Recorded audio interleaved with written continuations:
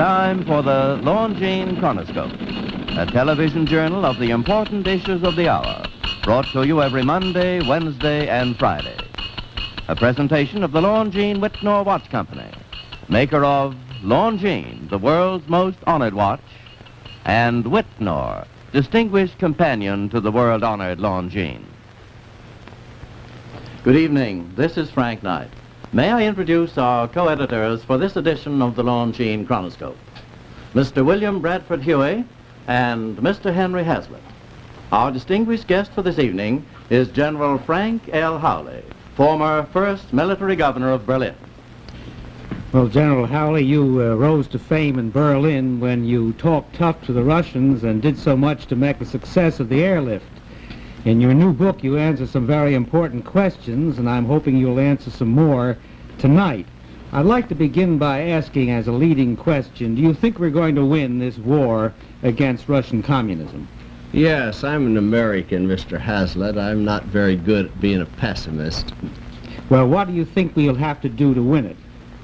We'll have to make up our mind that we want to win it. That's the first thing we have to do.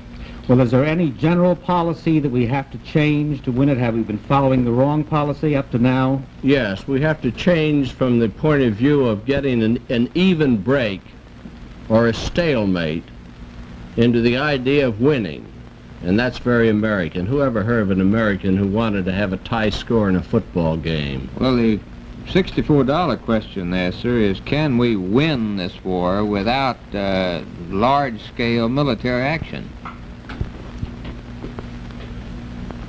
I believe that we cannot win this war without being prepared for large-scale military actions. In other words, if the Soviets can't have their way in any way except to use force, they'll use force. And they'll only use force if they have more than a reasonable chance of succeeding. Do you think we can get peace honorably in Korea still? Or do you think we can get our objectives honorably in Korea still? We can't afford to do anything which isn't honorable. The honor comes before peace, it comes before victory, it comes before anything else. You can't have a great nation win, lose, or draw if that nation is dishonorable or if they make major sacrifices of principle. Well, you go along with the idea that's been promulgated recently that the Koreans should be able to take over the whole front, that we should train them to take over the whole front and withdraw our own foot soldiers from Korea over that period? I'd say that was purely a military decision, but I will say that as a general policy, countries have to be able to do their share of defending themselves. You can help them, but any country that values democracy will fight for it.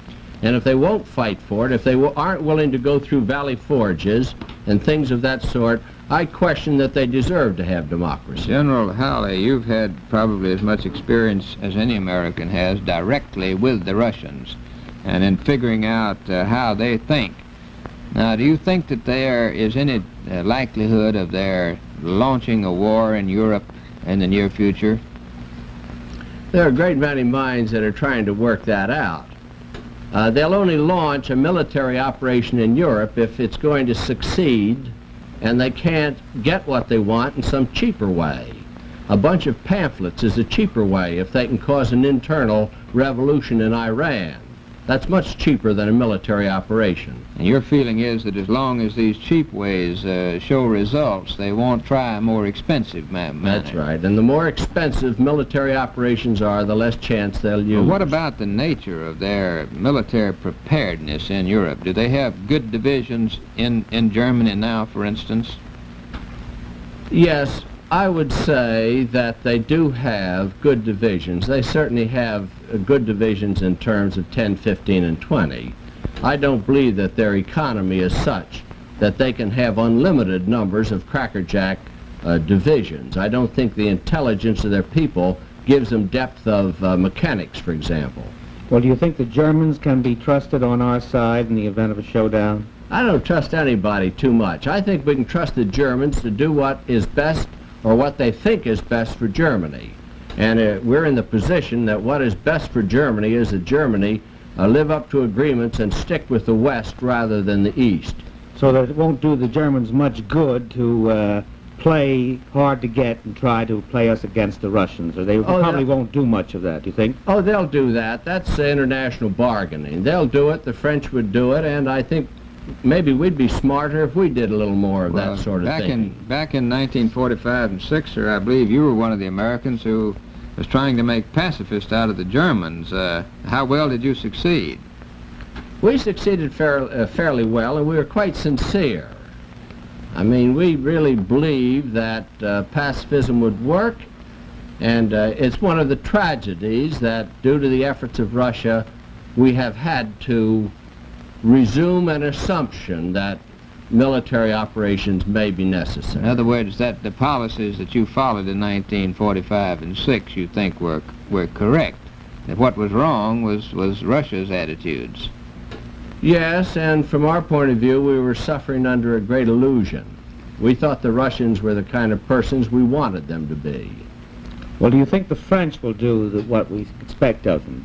That is to say, do you think the French will really keep on preparing and increasing their divisions? The French have a very weak government, and it always puts them in the position when they make a promise, there can be no certainty that they'll live up to it. If they have to go to the people for increased taxation, as they did after the promises at Lisbon, the government may very well fall, and then the agreement is passed by. Well, what relation has this to the European army idea, this weakness of France? But as you know from this latest book, I'm a little skeptical of this long-range idea of a European army. The integration is all right if the units are big enough, but the original notion of small units of different nationalities, I think that was a good way to get licked against an aggressive enemy. Now we have the European army concept up to divisions of one nationality. It's still risky, but at least that makes sense. On this recent trip of yours, sir, through Europe, did you find a rising feel first of anti-Americanism? There is a rising resentment. I don't believe it's really anti-Americanism, but it's kind of a feeling that we're using our money to tell them how to live. Well, did you also find a rising feeling of neutralism in Europe, more count me out, than existed a few years ago? That's a bit spotty. The Germans, a few years ago, of course, had this Onamic, count me out.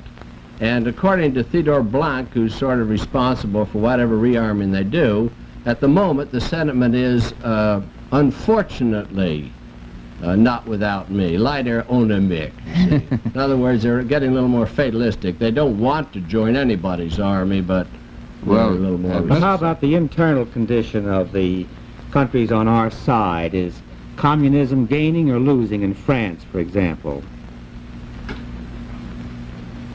In the first place, the Frenchman doesn't know he's a communist very frequently. You mean the one who is? Well, the one who's he votes following the communist ticket? He's following the line or voting the ticket. I like specific cases. It's like an argument I had with a cab driver. He said he wasn't a communist, but every point of view he had, he'd got out of reading the communist paper.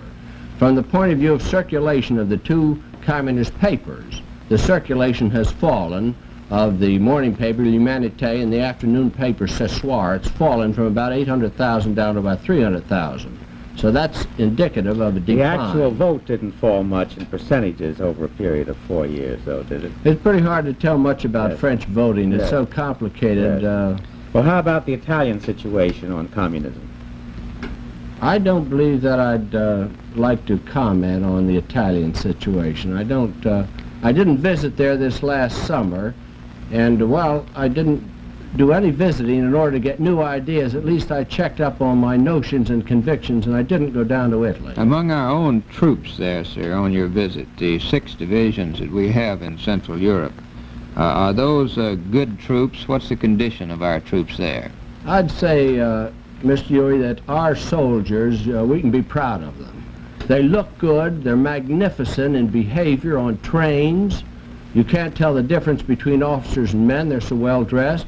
And thanks to the training methods of recent years, I believe they're good combat soldiers. Of course, there's no final test except combat, but they're given plenty of training in Is there any reason why we should maintain 6 divisions of troops in Germany now? I think right now we have to, yes, but I think it's an unsound position that Americans stand there defending Germans. Let them fight their own battles. At the moment, though, we have to have them there to give the French a feeling that we won't back out on our commitments. You speak of a policy of aggressive righteousness in your book, I believe. Now, what do you mean by aggressive righteousness, General? I mean, let's do what's right. Let's think it out and do the American thing, the principal thing, and start with that, and then convince our allies that it's good for them. Let's not start and set a policy based on what we think we can convince somebody that they ought to do. Let's start off with the correct basis of what is right. Now, your book, which is titled Your War for Peace, is getting a good deal of attention, sir. What is the purpose? Why did you write this book? I wrote it to cause the individual citizen to think about our foreign policy. And do you feel, sir, as a final question, do you feel that that we will ultimately understand the nature of the enemy and the nature of the war, and that we will ultimately win this struggle? Yes, I do. And, well, sir, thank you very much for being with us this evening. The opinions that you've heard our speakers express tonight have been entirely their own. The editorial board for this edition of the Longines Chronoscope was Mr. William Bradford Huey and Mr. Henry Hazlitt. Our distinguished guest was General Frank L. Howley, former first military governor of Berlin.